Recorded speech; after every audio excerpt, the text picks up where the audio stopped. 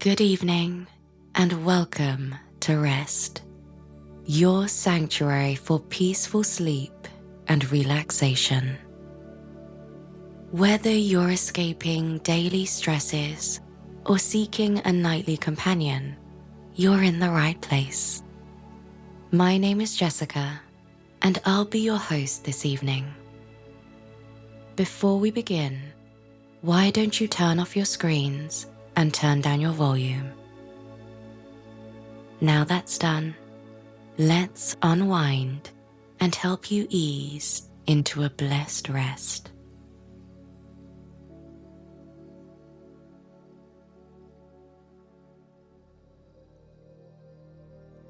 This evening, leave the day behind you and arrive in the soft stillness of now. The world can wait, your thoughts can settle, and for a little while, you don't need to do anything at all. This evening, I'm going to read you a collection of fairy tales, gentle, timeless stories from the Brothers Grimm. These stories are soft and gentle. They are full of kindness, wit, and quiet wonder. You'll hear about a kind girl who gives everything she has and is given the stars in return. A clever shepherd boy whose answers outwit a king. 12 beautiful huntsmen with a secret. And a small, unassuming bee who might be more important than anyone expects. After these tales, I'll read you a few more grim stories I've shared before, gathered here into one long, restful collection, so you can stay cozy and still tonight without needing to awaken. I'll read it all slowly and peacefully, so you can drift along the rhythm of the words and let the stories gently guide you into sleep. So, settle in, close your eyes if you haven't already, and let the rest of the world fade away.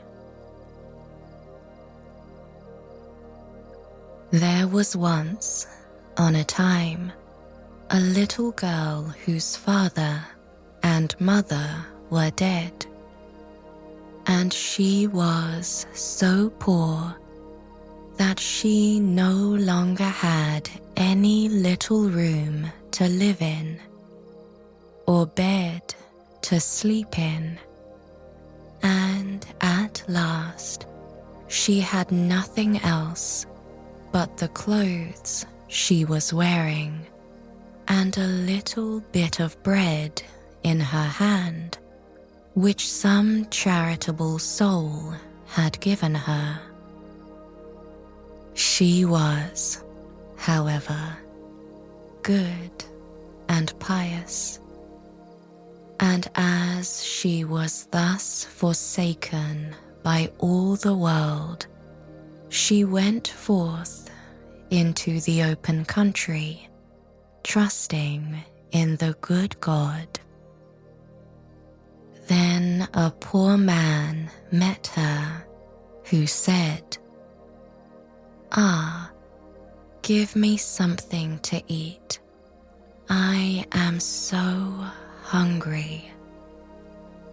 She reached him the whole of her piece of bread and said, "May God bless it to thy use," and went onwards. Then came a child who moaned and said, "My head is so cold. Give me something to cover it with." So she took off her hood and gave it to him. And when she had walked a little farther, she met another child who had no jacket and was frozen with cold. Then she gave it her own, and a little farther on, one begged for a frock, and she gave away that also. At length she got into a forest, and it had already become dark, and there came yet another child and asked for a little shirt. And the good little girl thought to herself, "It is a dark night, and no one sees thee. Thou canst very well give thy little shirt away," and took it off and gave away that also. And as she so stood, and had not one single thing left, suddenly some stars from heaven fell down, and they were nothing else but hard, smooth pieces of money. And although she had just given her little shirt away, she had a new one, which was of the very finest linen. Then she gathered together the money into this, and was rich all the days of her life. There was once, on a time, a shepherd boy whose fame spread far and wide because of the wise answers which he gave to every question. The king of the country heard of it likewise, but did not believe it, and sent for the boy. Then he said to him, "If thou canst give me an answer to 3 questions which I will ask thee, I will look on thee as my own child, and thou shalt dwell with me in my royal palace." The boy said, "What are the 3 questions?" The king said, "The first is, how many drops of water are there in the ocean?" The shepherd boy answered, "Lord King, if you will have all the rivers on earth dammed up, so that not a single drop runs from them into the sea, until I have counted it, I will tell you how many drops there are in the sea." The king said, "The next question is, how many stars are there in the sky?" The shepherd boy said, "Give me a great sheet of white paper." And then he made so many fine points on it with a pen that they could scarcely be seen, and it was all but impossible to count them. Anyone who looked at them would have lost his sight. Then he said, "There are as many stars in the sky as there are points on the paper." just count them. But no one was able to do it. The king said, "The third question is, how many seconds of time are there in eternity?" Then said the shepherd boy, "In Lower Pomerania is the Diamond Mountain, which is 2.5 miles high, 2.5 miles wide, and 2.5 miles in depth. Every 100 years, a little bird comes and sharpens its beak on it, and when the whole mountain is worn away by this, then the first second of eternity will be over." The king said, "Thou hast answered the 3 questions like a wise man, and shalt henceforth dwell with me in my royal palace, and I will regard thee as my own child." There was once a king's son who had a bride who he loved very much. And when he was sitting beside her and very happy, news came that his father lay sick unto death, and desired to see him once again before his end.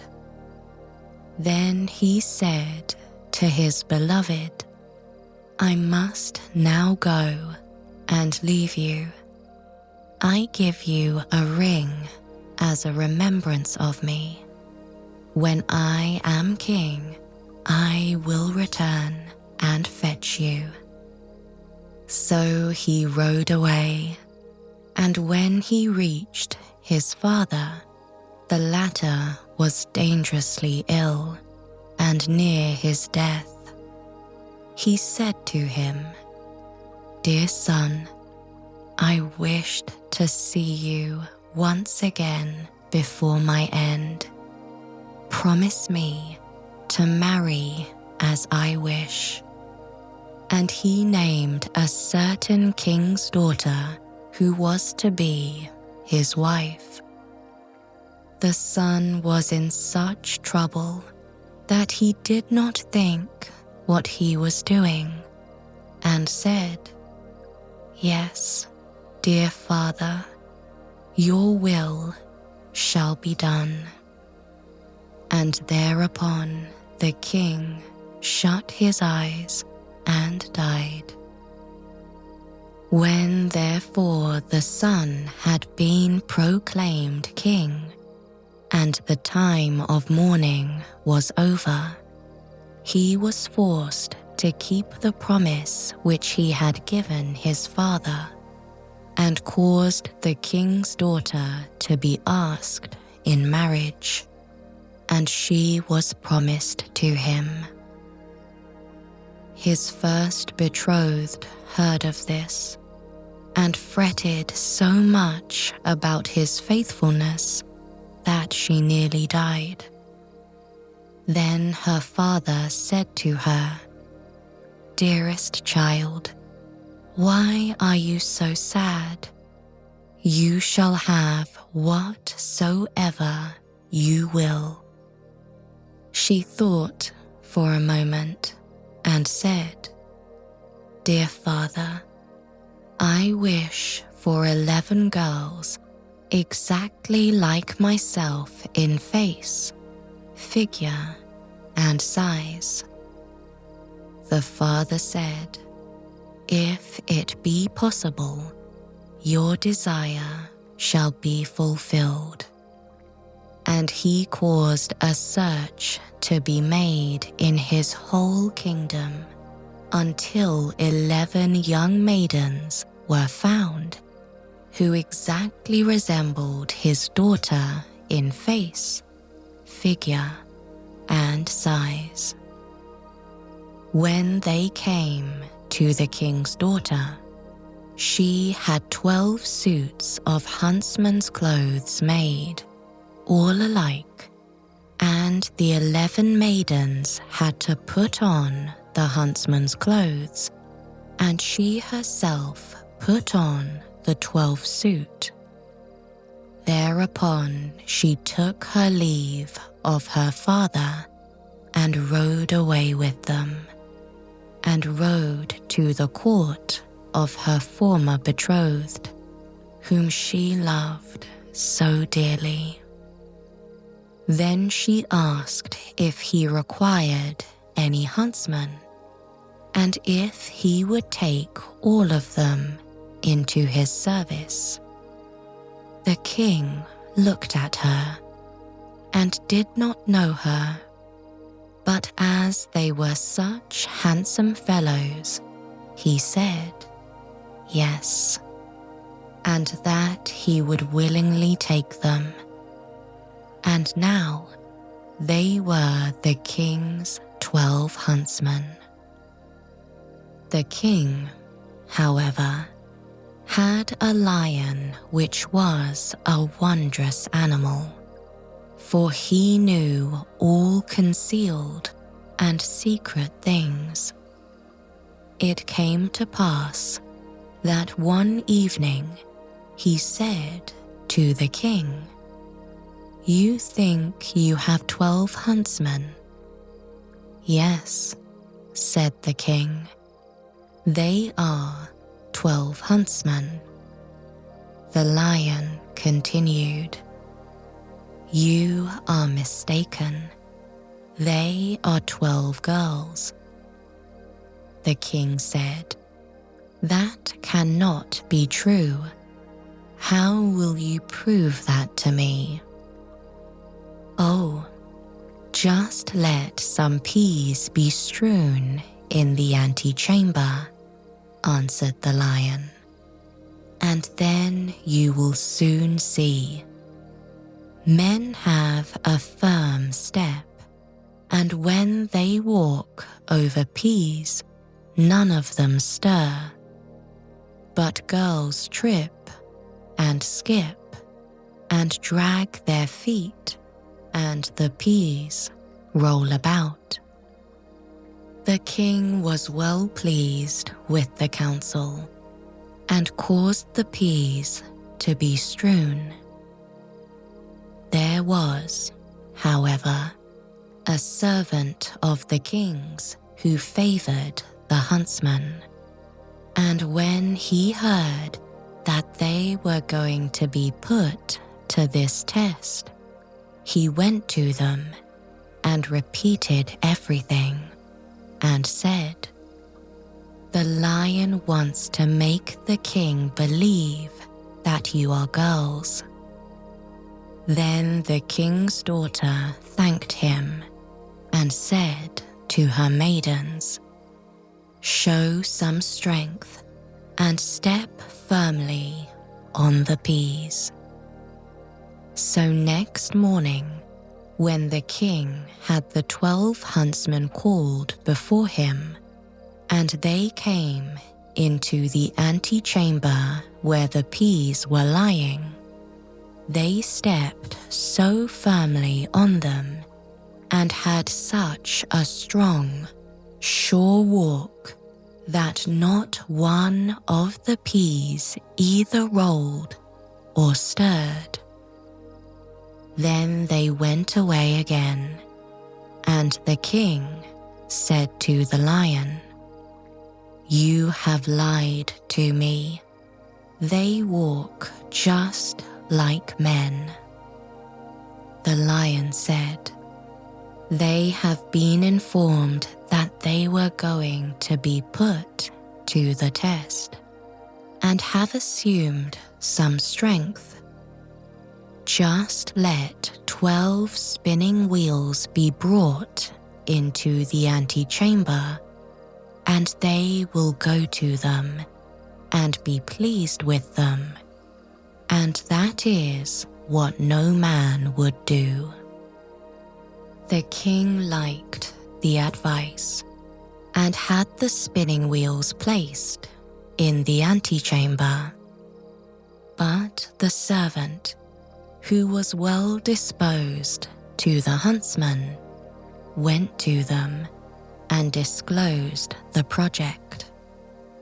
So when they were alone, the king's daughter said to her 11 girls, "Show some constraint and do not look round at the spinning wheels." And next morning, when the king had his 12 huntsmen summoned, they went through the antechamber and never once looked at the spinning wheels. Then the king again said to the lion, "You have deceived me. They are men, for they have not looked at the spinning wheels." The lion replied, "They have restrained themselves." The king, however, would no longer believe the lion. The 12 huntsmen always followed the king to the chase, and his liking for them continually increased. Now it came to pass that once, when they were out hunting, news came that the king's bride was approaching.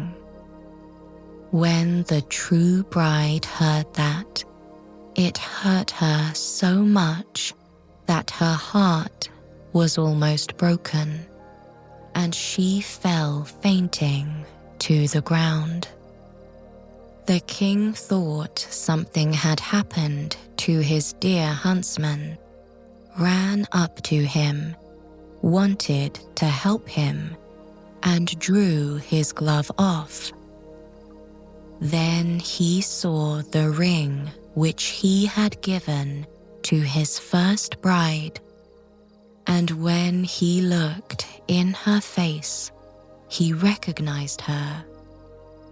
Then his heart was so touched that he kissed her, and when she opened her eyes, he said, "You are mine, and I am yours, and no one in the world can alter that." He sent a messenger to the other bride and entreated her to return to her own kingdom, for he had a wife already, and someone who had just found an old key did not require a new one. Thereupon the wedding was celebrated, and the lion was again taken into favor, because, after all, he had told the truth. 2 kings' sons, once upon a time, went into the world to seek their fortunes, but they soon fell into a wasteful, foolish way of living, so that they could not return home again. Then their brother, who was a little, insignificant dwarf, went out to seek for his brothers.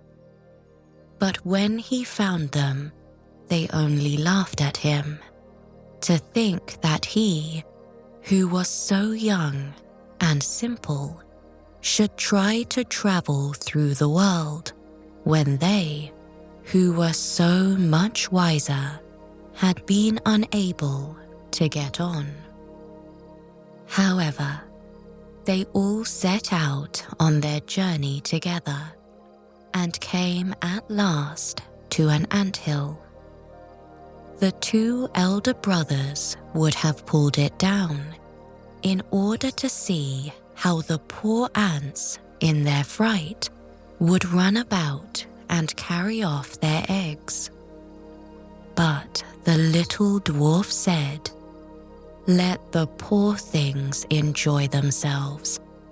I will not suffer you to trouble them."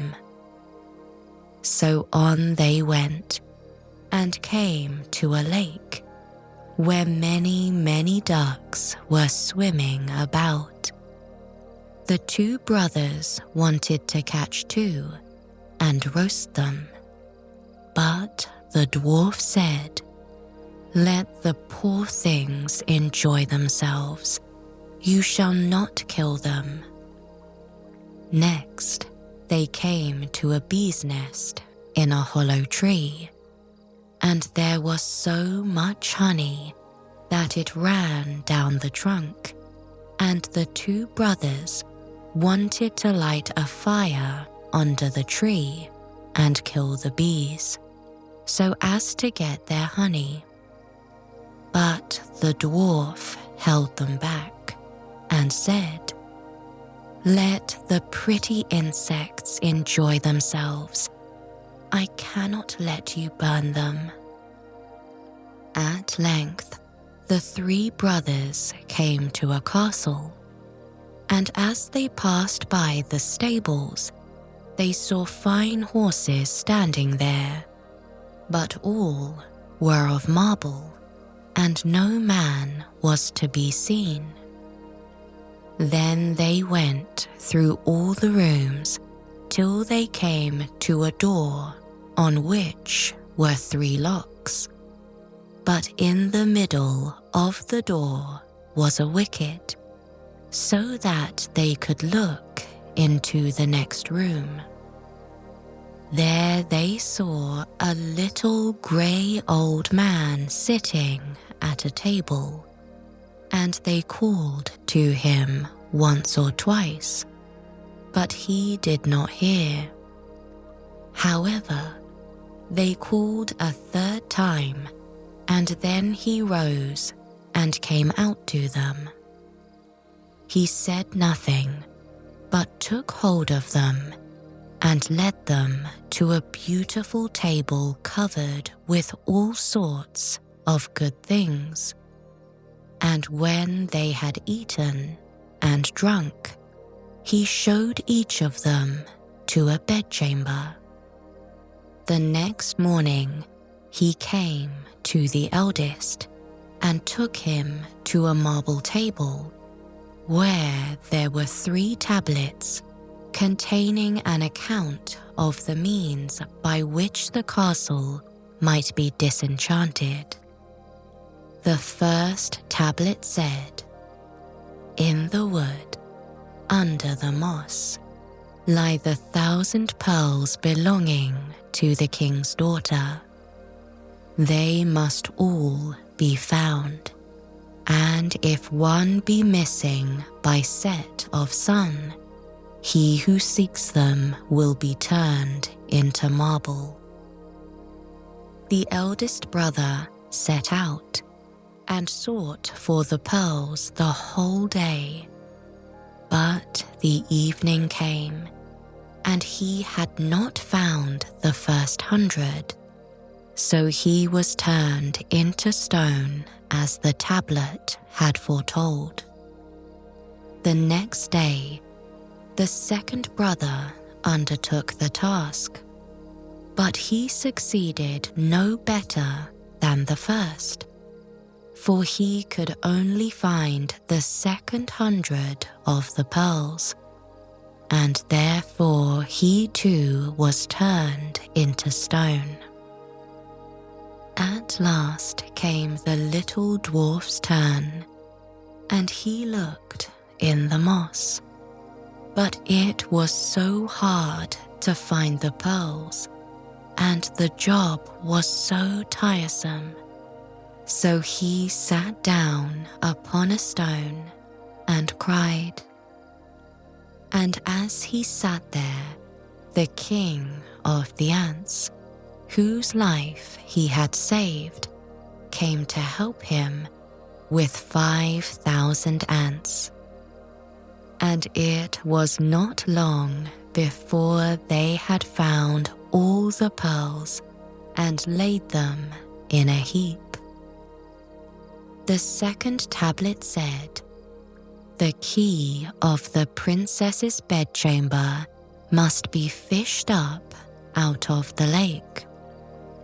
And as the dwarf came to the brink of it, he saw the 2 ducks whose lives he had saved swimming about, and they dived down and soon brought in the key from the bottom.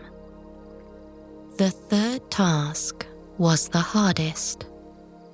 It was to choose out the youngest and the best of the king's 3 daughters. Now, they were all beautiful and all exactly alike, but he was told that the eldest had eaten a piece of sugar, the next some sweet syrup, and the youngest a spoonful of honey. So he was to guess which it was that had eaten the honey.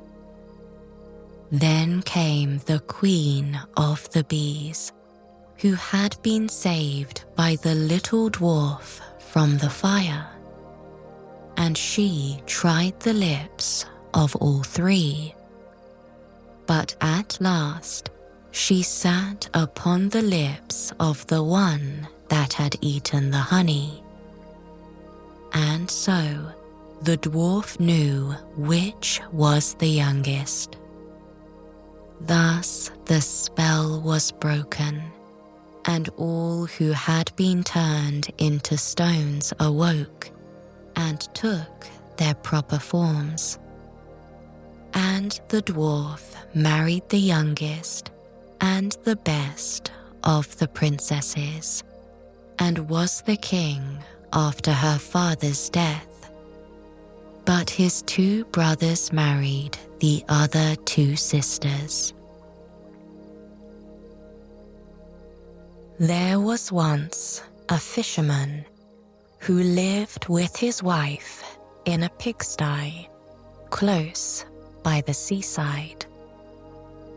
The fisherman used to go out all day long a-fishing, and one day, as he sat on the shore with his rod, looking at the sparkling waves and watching his line, all of a sudden his float was dragged away deep into the water, and in drawing it up, he pulled out a great fish. But the fish said, "Pray let me live. I am not a real fish. I am an enchanted prince. Put me in the water again and let me go." "Oh, ho," said the man. "You need not make so many words about the matter. I will have nothing to do with a fish that can talk. So swim away, sir, as soon as you please." Then he put him back into the water, and the fish darted straight down to the bottom and left a long streak of blood behind him on the wave. When the fisherman went home to his wife in the pigsty, he told her how he had caught a great fish, and how it had told him it was an enchanted prince, and how, on hearing it speak, he had let it go again. "Did not you ask for anything?" said the wife. "We live very wretchedly here, in this nasty, dirty pigsty. Do go back and tell the fish we want a snug little cottage." The fisherman did not much like the business. However, he went to the seashore, and when he came back there, the water looked all yellow and green, and he stood at the water's edge and said, "O man of the sea, hearken to me. My wife, Ilsebil, will have her own will, and hath sent me to beg a boon of thee." Then the fish came swimming to him and said, "Well, what is her will? What does your wife want?" "Ah," said the fisherman, "she says that when I had caught you, I ought to have asked you for something before I let you go. She does not like living any longer in the pigsty and wants a snug little cottage." "Go home, then," said the fish. "She is in the cottage already." So the man went home and saw his wife standing at the door of a nice, trim little cottage. Come in," said she. "Is not this much better than the filthy pigsty we had?" And there was a parlour, and a bedchamber, and a kitchen. And behind the cottage there was a little garden, planted with all sorts of flowers and fruits. And there was a courtyard behind, full of ducks and chickens. "Ah," said the fisherman, "how happy we shall live now." "We will try to do so, at least," said his wife. Everything went right for a week or two, and then Dame Ilsebil said, "Husband, there is not near room enough for us in this cottage. The courtyard and the garden are a great deal too small. I should like to have a large stone castle to live in. Go to the fish again and tell him to give us a castle."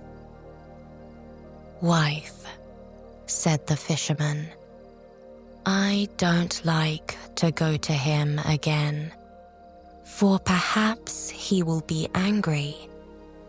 We ought to be easy with this pretty cottage to live in." "Nonsense," said the wife. "He will do it very willingly, I know. Go along and try."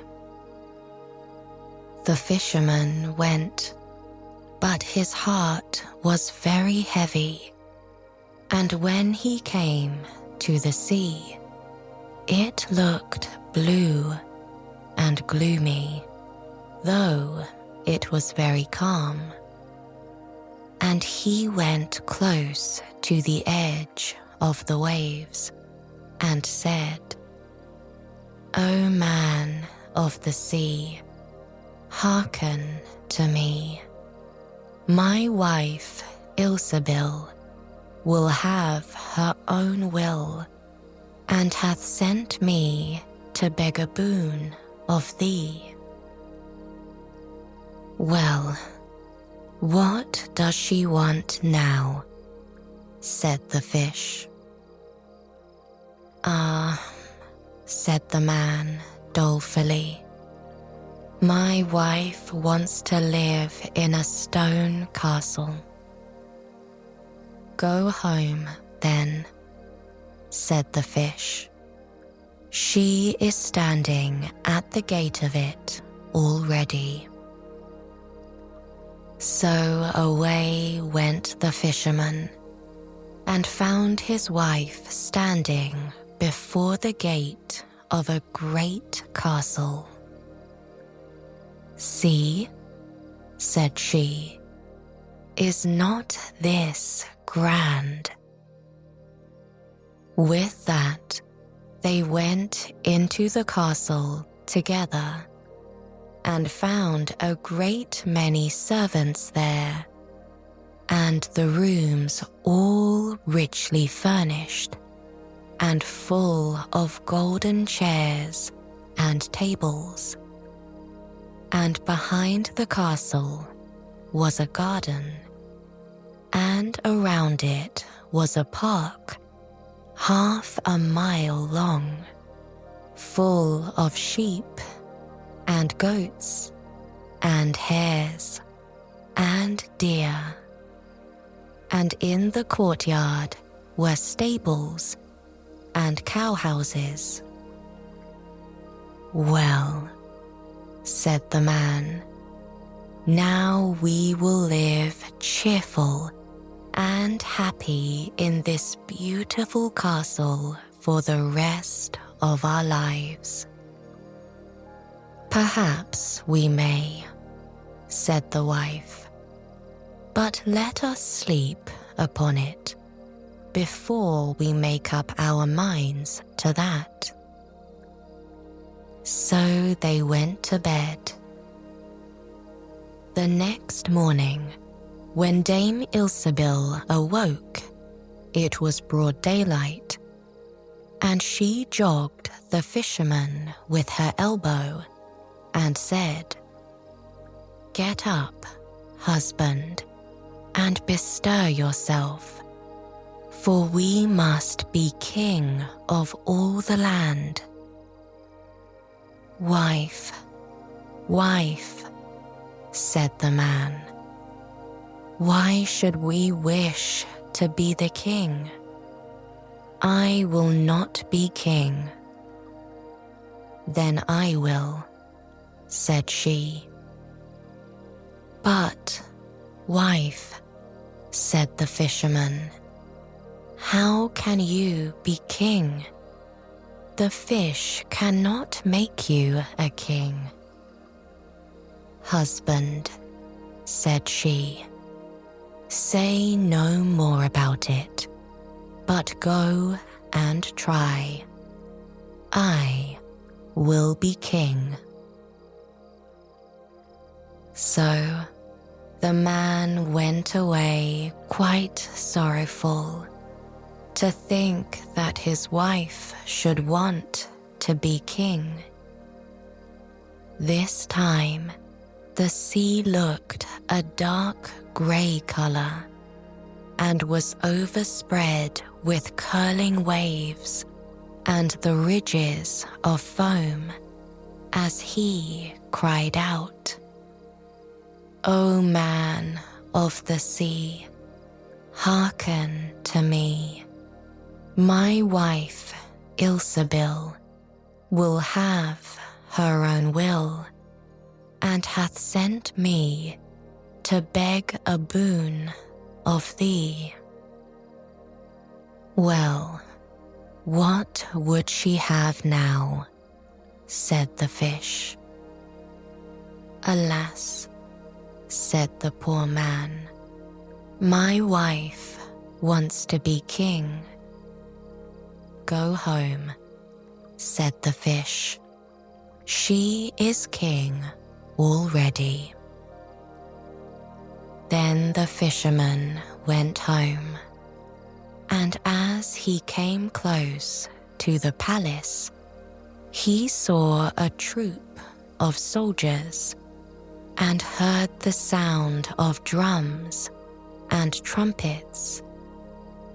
And when he went in, he saw his wife sitting on a throne of gold and diamonds, with a golden crown upon her head. And on each side of her stood 6 fair maidens, each a head taller than the other. "Well, wife," said the fisherman, "are you king?" "Yes," said she, "I am king." And when he had looked at her for a long time, he said, "Ah, wife, what a fine thing it is to be king. Now we shall never have anything more to wish for as long as we live." "I don't know how that may be," said she. "Never is a long time. I am king, it is true, but I begin to be tired of that, and I think I should like to be emperor." "Alas, wife, why should you wish to be emperor?" said the fisherman. "Husband," said she, "go to the fish. I say I will be emperor." "Ah, wife," replied the fisherman, "the fish cannot make an emperor, I am sure, and I should not like to ask him for such a thing." "I am king," said Ilsebil, "and you are my slave. So go at once." So the fisherman was forced to go, and he muttered as he went along, "This will come to no good. It is too much to ask. The fish will be tired at last, and then we shall be sorry for what we have done." He soon came to the seashore, and the water was quite black and muddy, and a mighty whirlwind blew over the waves and rolled them about. But he went as near as he could to the water's brink and said, "O man of the sea, hearken to me. My wife, Ilsebil, will have her own will, and hath sent me to beg a boon of thee." "What would she have now?" said the fish. "Ah," said the fisherman, "she wants to be emperor." "Go home," said the fish. "She is emperor already." So he went home again, and as he came near, he saw his wife, Ilsebil, sitting on a very lofty throne made of solid gold, with a great crown on her head, 2 yards high, and On each side of her stood her guards and attendants in a row, each one smaller than the other, from the tallest giant down to a little dwarf no bigger than my finger. And before her stood princes and dukes and earls, and the fisherman went up to her and said, "Wife, are you emperor?" "Yes," said she, "I am emperor." "Ah," said the man as he gazed upon her, "what a fine thing it is to be emperor." "Husband," said she, "why should we stop at being emperor? I will be pope next." "Oh, wife, wife," said he, "how can you be pope? There is but one pope at a time in Christendom." "Husband," said she, "I will be pope this very day." "But," replied the husband, "the fish cannot make you pope." "What nonsense," said she. "If he can make an emperor, he can make a pope. Go and try him."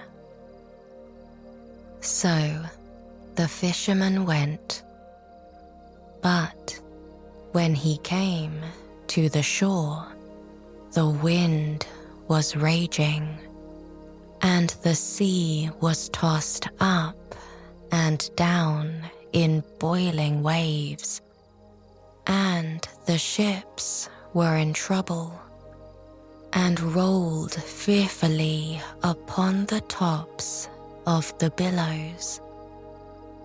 In the middle of the heavens there was a light piece of blue sky, but towards the south all was red, as if a dreadful storm was rising.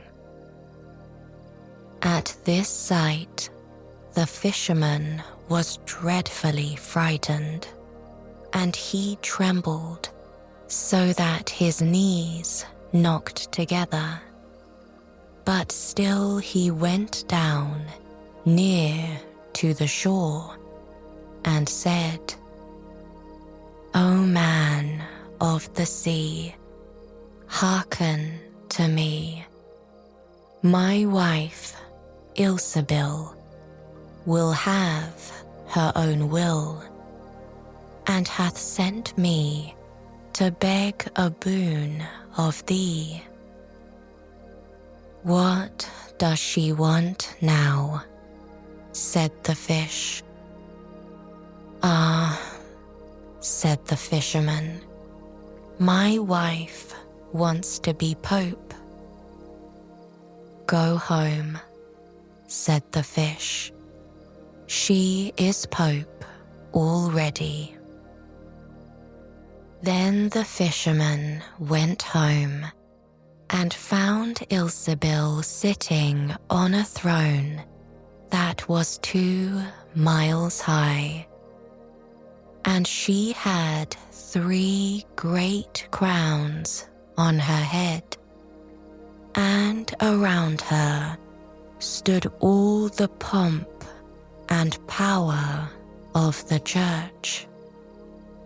And on each side of her were 2 rows of burning lights of all sizes, the greatest as large as the highest and biggest tower in the world, and the least no larger than a small rushlight. "Wife," said the fisherman, as he looked at all this greatness, "are you Pope?" "Yes," said she, "I am Pope." "Well, wife," replied he, "it is a grand thing to be Pope, and now you must be easy, for you can be nothing greater." "I will think about that," said the wife. Then they went to bed. But Dame Ilsebil could not sleep all night, for thinking what she should be next. At last, as she was dropping asleep, morning broke, and the sun rose. "Ha," thought she, as she woke up and looked at it through the window. "After all, I cannot prevent the sun rising." At this thought, she was very angry and wakened her husband and said, "Husband, go to the fish and tell him I must be lord of the sun and moon." The fisherman was half asleep, but the thought frightened him so much that he started and fell out of bed. "Alas, wife," said he, "cannot you be easy with being Pope?"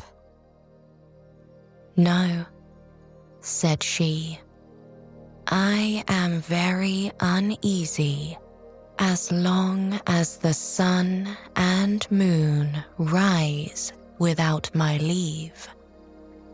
Go to the fish at once." Then the man went shivering with fear, and as he was going down to the shore, a dreadful storm arose, so that the trees and the very rocks shook, and all the heavens became black with stormy clouds, and the lightnings played, and the thunders rolled, and you might have seen in the sea great black waves swelling up like mountains with crowns of white foam upon their heads. And the fisherman crept towards the sea and cried out as well as he could, "O man of the sea, hearken to me. My wife, Ilsebil, will have her own will, and hath sent me to beg a boon of thee." "What does she want now?" said the fish. "Ah," said he, "she wants to be lord of the sun and moon." "Go home," said the fish, "to your pigsty again." And there they live to this very day. There was a king who had 12 beautiful daughters. They slept in 12 beds, all in one room. And when they went to bed, the doors were shut and locked up. But every morning, their shoes were found to be quite worn through, as if they had been danced in all night. And yet, nobody could find out how it happened, or where they had been. Then the king made it known to all the land that if any person could discover the secret and find out where it was that the princesses danced in the night, he should have the one he liked best for his wife, and should be king after his death. But whoever tried and did not succeed, after 3 days and nights should be put to death. A king's son soon came. He was well entertained, and in the evening was taken to the chamber next to the one where the princesses lay in their 12 beds. There he was to sit and watch where they went to dance. And in order that nothing might pass without his hearing it, the door of his chamber was left open. But the king's son soon fell asleep, and when he awoke in the morning, he found that the princesses had all been dancing, for the soles of their shoes were full of holes. The same thing happened the second and third night. So the king ordered his head to be cut off. After him came several others, but they had all the same luck, and all lost their lives in the same manner. Now, it chanced that an old soldier who had been wounded in battle and could fight no longer passed through the country where this king reigned. And as he was traveling through a wood, he met an old woman who asked him where he was going. "I hardly know where I am going, or what I had better do," said the soldier. "But I think I should like very well to find out where it is that the princesses dance, and then in time I might be a king." "Well," said the old dame, "that is no very hard task. Only take care not to drink any of the wine which one of the princesses will bring to you in the evening. And as soon as she leaves you, pretend to be fast asleep." Then she gave him a cloak and said, "As soon as you put that on, you will become invisible, and you will then be able to follow the princesses wherever they go." When the soldier heard all this good counsel, he determined to try his luck. So he went to the king and said he was willing to undertake the task. He was as well received as the others had been, and the king ordered fine royal robes to be given him. And when the evening came, he was led to the outer chamber. Just as he was going to lie down, the eldest of the princesses brought him a cup of wine. But the soldier threw it all away secretly, taking care not to drink a drop. Then he laid himself down on his bed, and in a little while began to snore very loud, as if he was fast asleep. When the 12 princesses heard this, they laughed heartily, and the eldest said, "This fellow too might have done a wiser thing than lose his life in this way." Then they rose up and opened their drawers and boxes and took out all their fine clothes and dressed themselves at the glass and skipped about as if they were eager to begin dancing.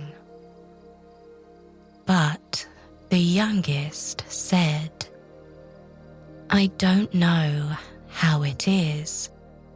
While you are so happy, I feel very uneasy. I am sure some mischance will befall us." "You simpleton," said the eldest. "You are always afraid. Have you forgotten how many kings' sons have already watched in vain?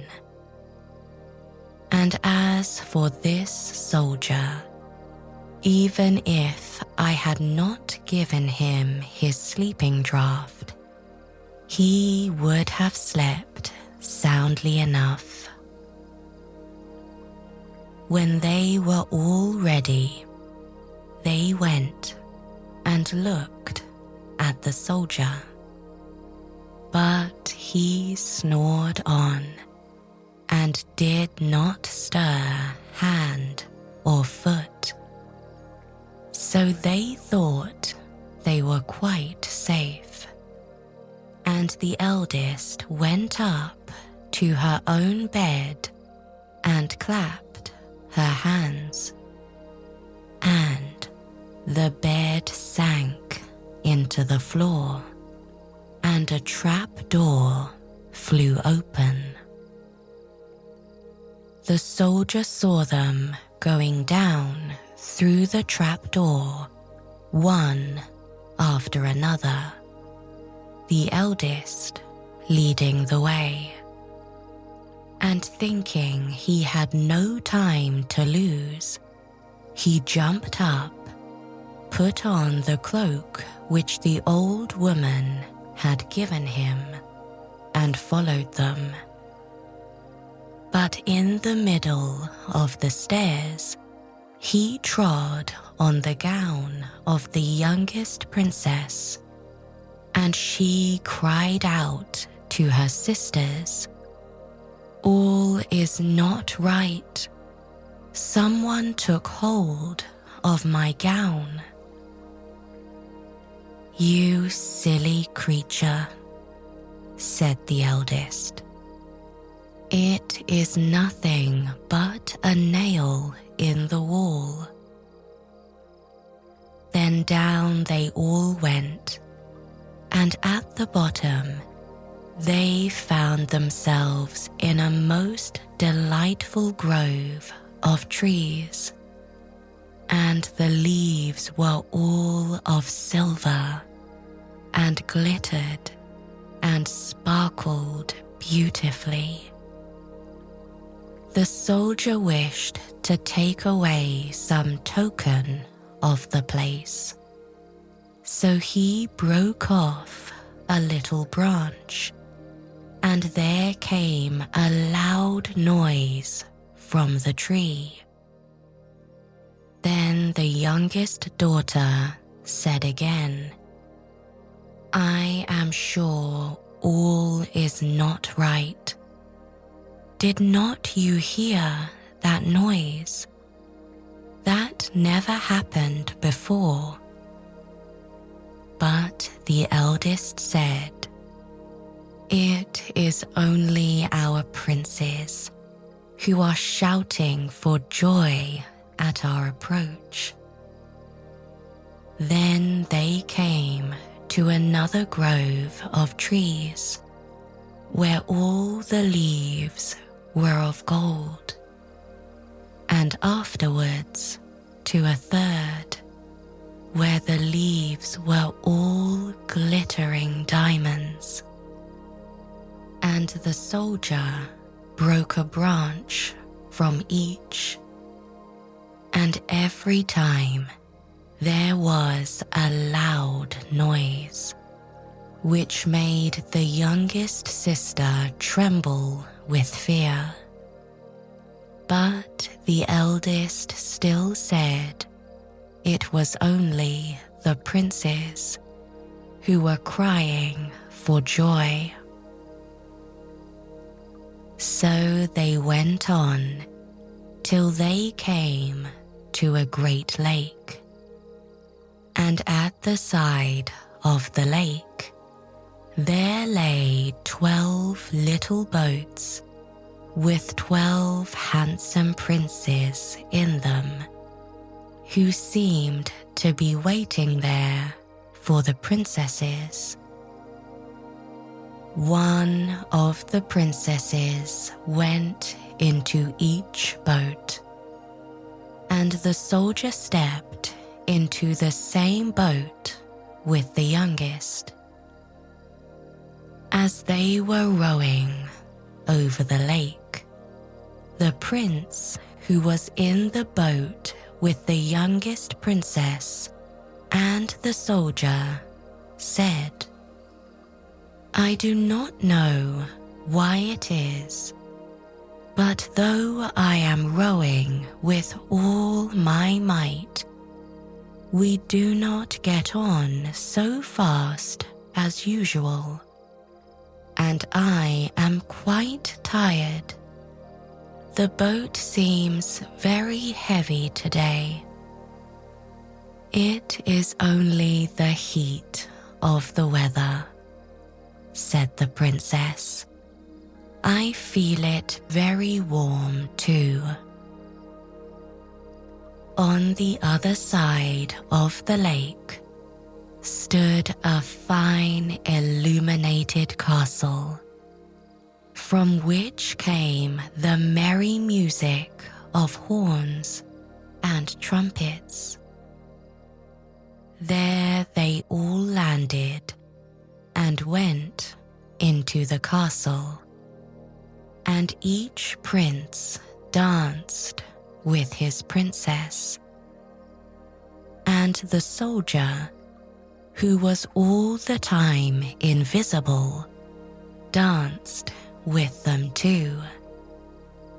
And when any of the princesses had a cup of wine set by her, he drank it all up, so that when she put the cup to her mouth, it was empty. At At this, too, the youngest sister was terribly frightened, but the eldest always silenced her. They danced on till 3 o'clock in the morning, and then all their shoes were worn out, so that they were obliged to leave off. The princes rowed them back again over the lake, but this time the soldier placed himself in the boat with the eldest princess, and on the opposite shore they took leave of each other, the princesses promising to come again the next night. When they came to the stairs, the soldier ran on before the princesses and laid himself down. And as the 12 sisters slowly came up, very much tired, they heard him snoring in his bed. So they said, "Now all is quite safe." Then they undressed themselves, put away their fine clothes, pulled off their shoes, and went to bed. In the morning, the soldier said nothing about what had happened, but determined to see more of this strange adventure, and went again the second and third night, and everything happened just as before. The princesses danced each time till their shoes were worn to pieces, and then returned home. However, on the third night, the soldier carried away one of the golden cups as a token of where he had been. As soon as the time came when he was to declare the secret, he was taken before the king with the 3 branches and the golden cup. And the 12 princesses stood listening behind the door to hear what he would say. And when the king asked him, "Where do my 12 daughters dance at night?" he answered, "With 12 princes in a castle underground." And then he told the king all that had happened, and showed him the 3 branches and the golden cup which he had brought with him. Then the king called for the princesses and asked them whether what the soldier said was true. And when they saw that they were discovered, and that it was of no use to deny what had happened, they confessed it all. And the king asked the soldier which of them he would choose for his wife. And he answered, "I am not very young, so I will have the eldest." And they were married that very day, and the soldier was chosen to be the king's heir. In the olden time, when wishing was having, there lived a king whose daughters were all beautiful. But the youngest was so exceedingly beautiful that the sun himself, although he saw her very, very often, was delighted every time she came out into the sunshine. Near the castle of this king was a large and gloomy forest, where in the midst stood an old lime tree, beneath whose branches splashed a little fountain.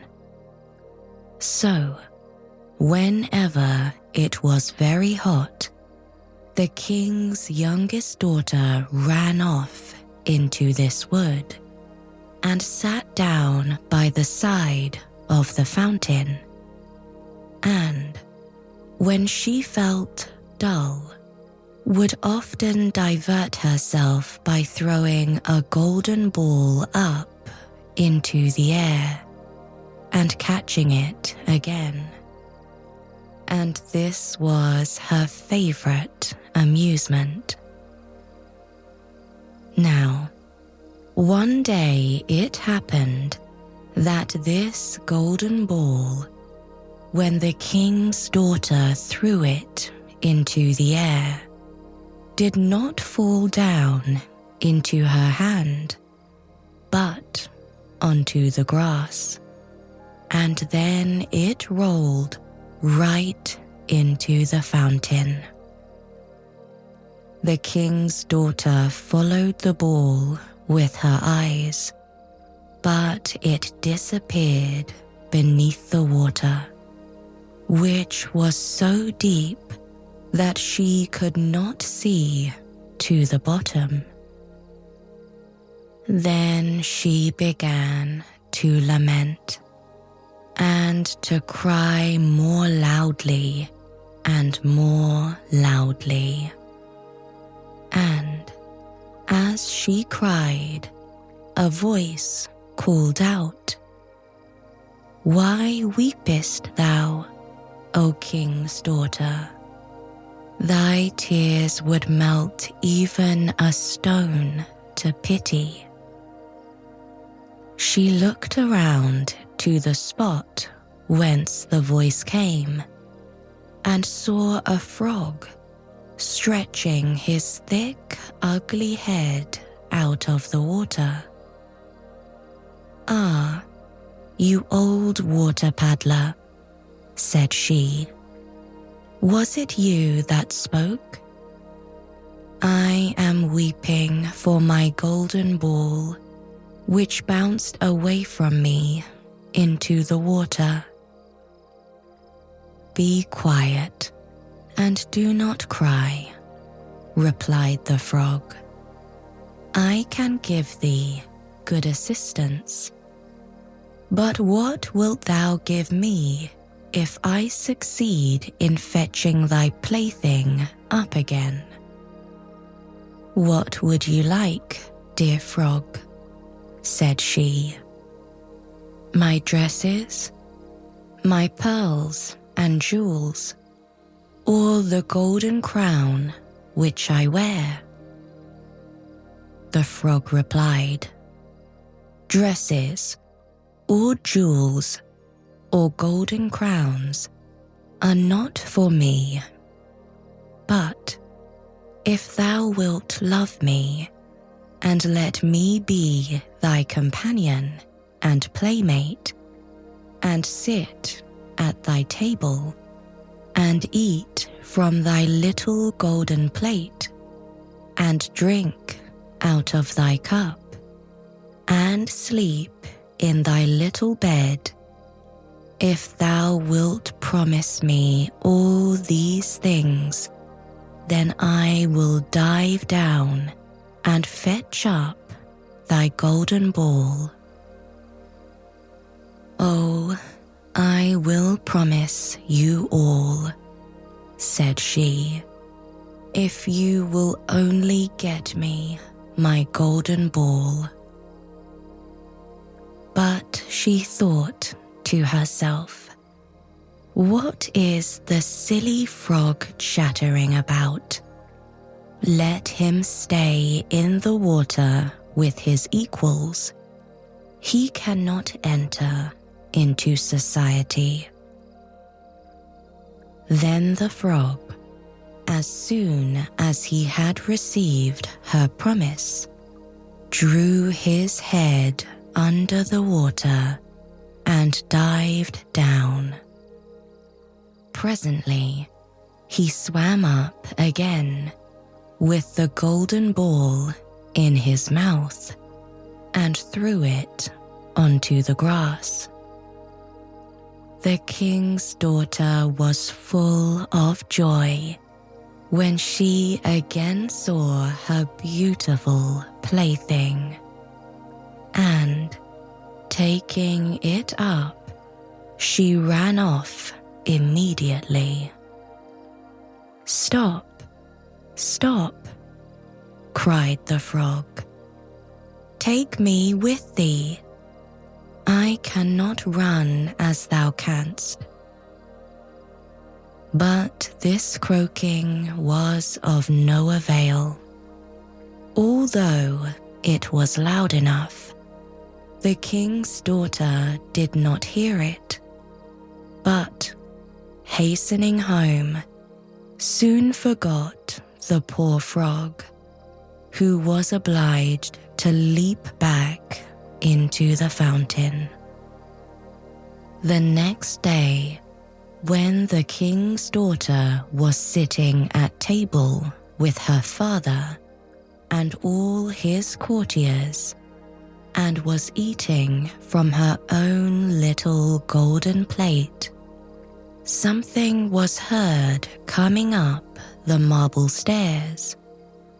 Splish, splash, splish, splash.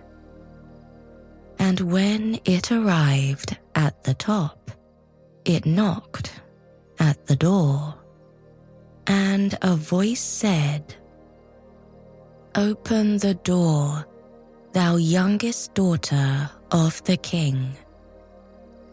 So she arose and went to see who it was that called to her.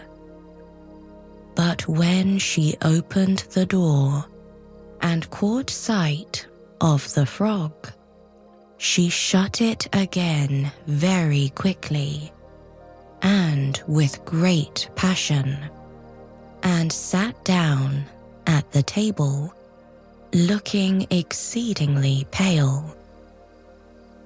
But the king perceived that her heart was beating violently, and asked her whether it were a giant who had come to fetch her away, who stood at the door.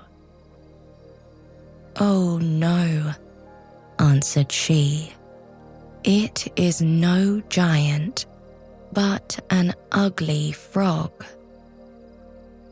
"What does the frog want with you?" said the king. "Oh, dear father, yesterday when I was playing by the fountain, my golden ball fell into the water, and this frog fetched it up again because I cried so much.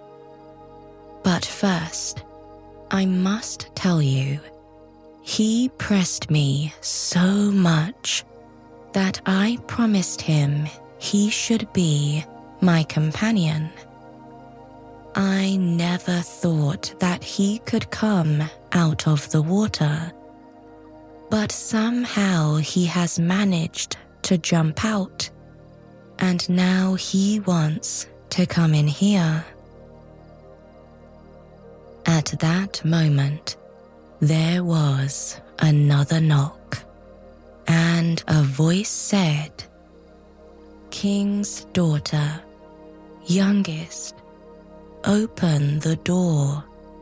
Hast thou forgotten thy promises made at the fountain so clear 'neath the lime tree's shade? King's daughter, youngest, open the door. Then the king said, What you have promised, that you must perform. Go and let him in. So the king's daughter went and opened the door, and the frog hopped in after her, right up to her chair. And as soon as she was seated, he said, Lift me up. But she hesitated so long that the king had to order her to obey. And as soon as the frog sat on the chair, he jumped onto the table and said, Now push thy plate near me, that we may eat together. And she did so, but as everyone noticed, very unwillingly.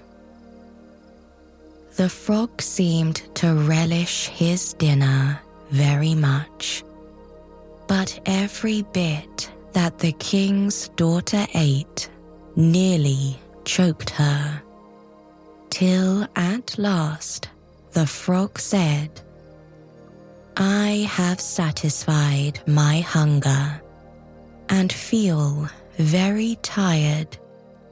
Wilt thou carry me upstairs now into thy chamber and make thy bed ready that we may sleep together?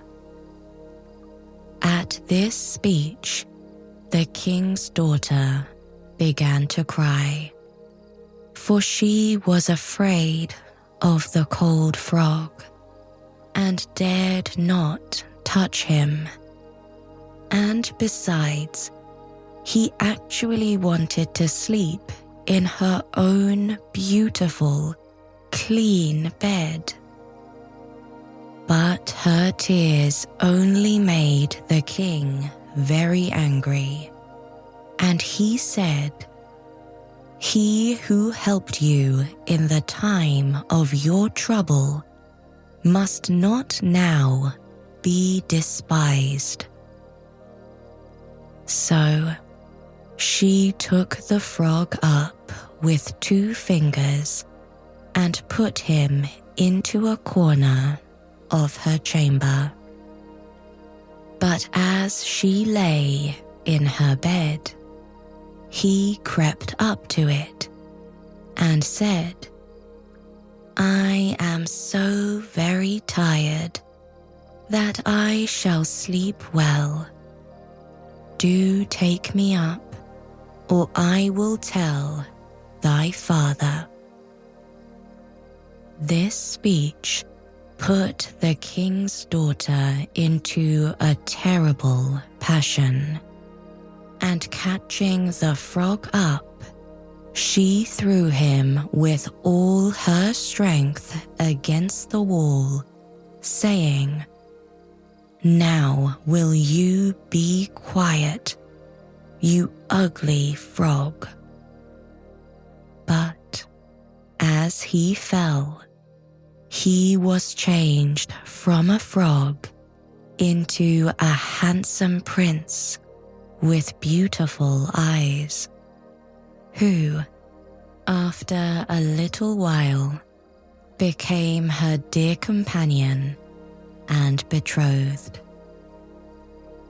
One morning, Henry, trusted servant of the prince, came for them with a carriage. When his master was changed into a frog, trusty Henry had grieved so much that he had bound 3 iron bands around his heart, for fear it should break with grief and sorrow. The faithful Henry, who was also the trusty Henry, helped in the bride and bridegroom and placed himself in the seat behind, full of joy at his master's release. They had not proceeded far when the prince heard a crack, as if something had broken behind the carriage. So he put his head out of the window and asked trusty Henry what was broken. And faithful Henry answered, "It was not the carriage, my master, but an iron band which I bound around my heart when it was in such grief because you were changed into a frog." Twice afterwards on the journey, there was the same noise, and each time the prince thought that it was some part of the carriage that had given way. But it was only the breaking of the bands which bound the heart of the trusty Henry, who was also the faithful Henry, and who was thenceforward free and happy. Once upon a time, there was a king who had 3 sons, 2 of whom were clever and intelligent, but the third one did not talk very much, was simple-minded, and the only name they gave him was the Simpleton. When the king became old and weak, and thought that he was nearing his end, he did not know which of his sons should inherit the kingdom after him. So he said to them, "Go forth, and the one of you who brings me the finest carpet, he shall be king after my death." So there would be no dispute among them. He led them to the front of his castle, blew 3 feathers into the air, and said, "As they fly, so shall you go." The one feather flew to the east, the other to the west, and the third feather flew straight ahead, falling quickly to the ground after going only a short distance. The one brother went to the right, the other to the left, and they laughed at the simpleton who had to stand there where the third feather had fallen. The simpleton sat down and was sad. Then he suddenly noticed that there was a trap door next to his feather.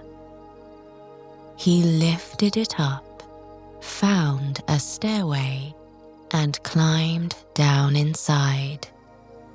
He came to another door and knocked on it, upon which he heard someone calling out from within, "Maiden green and small, hopping toad's puppy, hop to and fro, quickly see who is outside." The door opened, and he saw a big, fat toad sitting there, surrounded by a large number of little toads. The fat toad asked what he wanted. The simpleton answered, "I would like the most beautiful and finest carpet." Then the fat toad called to a young toad, saying, "Maiden green and small, hopping toad's puppy, hop to and fro, bring me the large box." The young toad brought the box, and the fat toad opened it, then gave the simpleton a carpet from it. It was so beautiful and so fine, the like of which could never have been woven in the world above. He thanked the toad and climbed back out. Now the other two thought that their brother was so stupid that he would not find anything to bring home. "Why should we spend a lot of effort looking for a carpet?" they said. So they took some pieces of coarse cloth from the first shepherd's wife they came to, and took these back home to the king. At the same time they returned home, the simpleton arrived, bringing his beautiful carpet. When the king saw it, he was astounded and said, "It is only right that the kingdom should go to my youngest son." However, the other sons gave their father no peace, saying that it would be impossible for the simpleton to become king, because he lacked understanding in all things. They asked him to declare another contest. Then the father said, "He who brings me the most beautiful ring shall inherit the kingdom." Leading the three brothers outside, he blew the 3 feathers into the air that they were to follow. The 2 oldest brothers again went to the east and to the west, and the simpleton's feather again flew straight ahead, falling down next to the door in the ground. Once again, he climbed down to the fat toad and told it that he needed the most beautiful ring. The toad had the box brought out again and gave him from it a ring that glistened with precious stones and was so beautiful that no goldsmith on earth could have made it. The 2 oldest brothers laughed at the simpleton, who was going to look for a golden ring, and they took no effort at all. Instead, they drove the nails out of an old wagon ring and brought it to the king. However, when the simpleton presented his ring, the king said once again, "The kingdom belongs to him." The 2 oldest sons tormented the king endlessly, until finally he declared a 3rd contest, saying that he who would bring home the most beautiful woman should have the kingdom. Once again, he blew the 3 feathers into the air, and they flew in the same directions as before. Without hesitating, the simpleton went back to the fat toad and said, "I am supposed to take home the most beautiful woman." "Oh," answered the toad, "the most beautiful woman. She is not here at the moment, but you shall have her nonetheless." The fat toad gave him a hollowed-out yellow turnip, to which were harnessed 6 little mice. The simpleton said sadly, "What am I to do with this?" The toad answered, "Just put one of my little toads inside it." Then he grabbed one of them from the group and set it inside the yellow coach. The little toad was scarcely inside when it turned into a beautiful young lady, the turnip into a coach, and the 6 mice into horses. He kissed her, raced away with the horses, and brought her to the king. His brothers came along afterward. They had given no effort to find a beautiful woman, but simply brought along the first peasant woman they had come upon. After looking at them, the king said, "After my death, the kingdom belongs to my youngest son." However, the 2 oldest sons again deafened the king's ears with the cry, "We cannot allow the simpleton to become king," and they demanded that the preference should go to the brother whose woman could jump through a hoop that was hanging in the middle of the hall. They thought, "The peasant women will be able to do that very well. They are very strong, but the dainty lady will jump in vain." The old king gave in to this as well. The 2 peasant women did indeed jump through the hoop, but they were so plump that each one fell. Then the beautiful lady that the simpleton had brought home jumped, and she jumped through the hoop as lightly as a deer. After this, all the protests had to stop. Thus the simpleton received the crown, and he ruled wisely for a long time.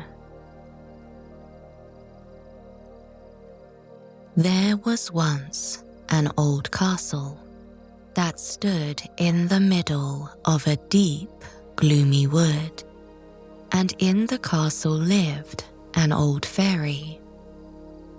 Now this fairy could take any shape she pleased. All the day long she flew about in the form of an owl, or crept about the country like a cat. But at night she always became an old woman again. When any young man came within 100 paces of her castle, he became quite fixed and could not move a step till she came and set him free, which she would not do till he had given her his word never to come there again.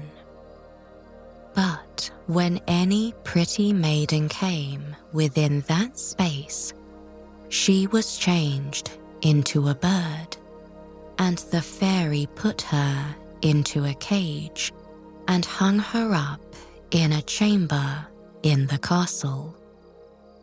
There were 700 of these cages hanging in the castle, and all with beautiful birds in them.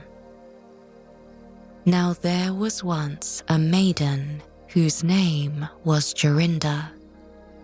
She was prettier than all the pretty girls that ever were seen before.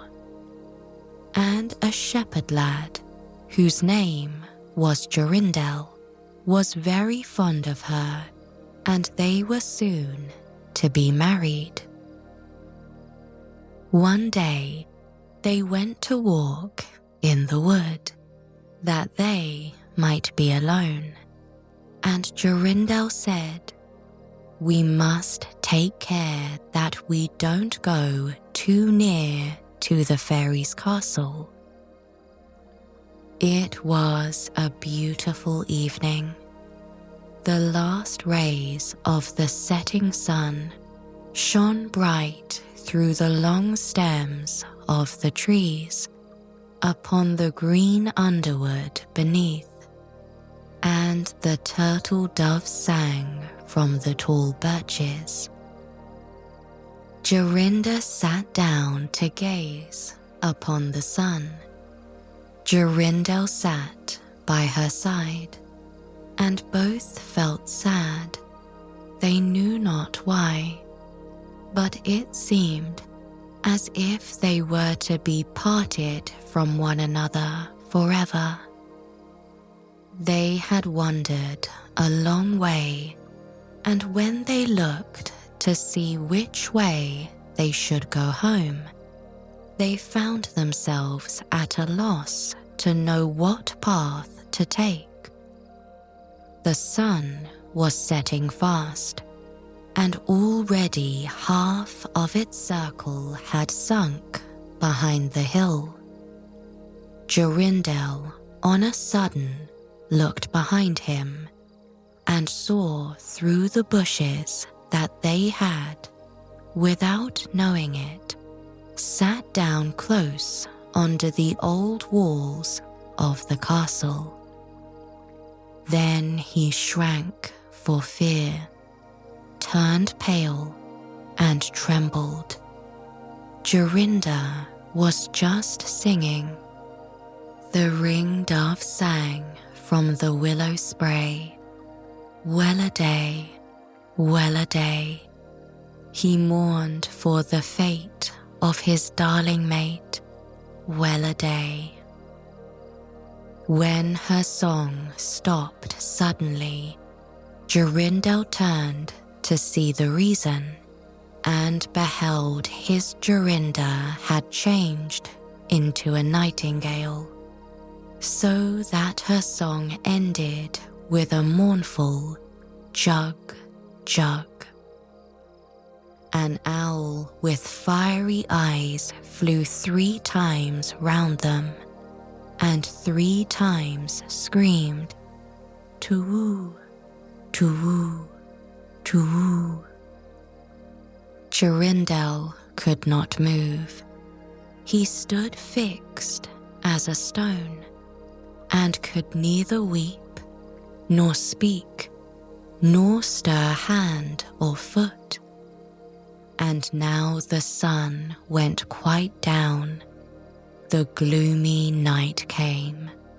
The owl flew into a bush, and a moment after, the old fairy came forth, pale and meagre, with staring eyes, and a nose and chin that almost met one another. She mumbled something to herself, seized the nightingale, and went away with it in her hand. Poor Jorindel saw the nightingale was gone, but what could he do? He could not speak. He could not move from the spot where he stood. At last the fairy came back and sang with a hoarse voice, "Till the prisoner is fast, and her doom is cast, there stay, oh stay. When the charm is around her, and the spell has bound her, hie away, away." On a sudden, Jorindel found himself free. Then he fell on his knees before the fairy and prayed her to give him back his dear Jorinda. But she laughed at him and said he should never see her again. Then she went her way. He prayed, he wept, he sorrowed, but all in vain. "Alas," he said, "what will become of me?" He could not go back to his own home, so he went to a strange village and employed himself in keeping sheep. Many a time did he walk round and round, as near to the hated castle as he dared go. But all in vain. He heard or saw nothing of Jorinda. At last, he dreamt one night that he found a beautiful purple flower, and that in the middle of it lay a costly pearl, and he dreamt that he plucked the flower and went with it in his hand into the castle, and that everything he touched with it was disenchanted, and that there he found his Jorinda again. In the morning, when he awoke, he began to search over hill and dale for this pretty flower, and 8 long days he sought for it in vain. But on the 9th day, early in the morning, he found the beautiful purple flower, and in the middle of it was a large dewdrop, as big as a costly pearl. Then he plucked the flower and set out and travelled day and night till he came again to the castle. He walked nearer than 100 paces to it, and yet he did not become fixed as before, but found that he could go quite close up to the door. Jorindel was very glad indeed to see this. Then he touched the door with the flower, and it sprang open, so that he went in through the court and listened when he heard so many birds singing. At last he came to the chamber where the fairy sat, with the 700 birds singing in the 700 cages. When she saw Jorindel, she was very angry and screamed with rage.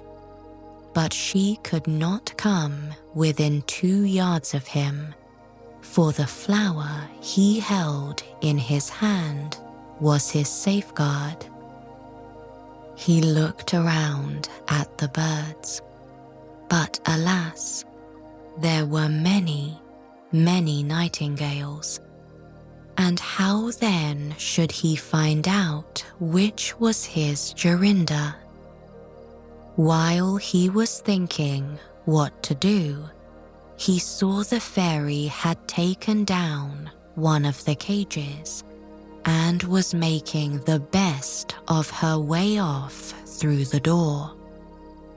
He ran or flew after her, touched the cage with the flower, and Jorinda stood before him and threw her arms round his neck, looking as beautiful as ever. As beautiful as when they walked together in the wood. Then he touched all the other birds with the flower, so that they all took their old forms again. He took Jorinda home, where they were married and lived happily together many years. And so did a good many other lads, whose maidens had been forced to sing in the old fairies' cages by themselves, much longer than they liked.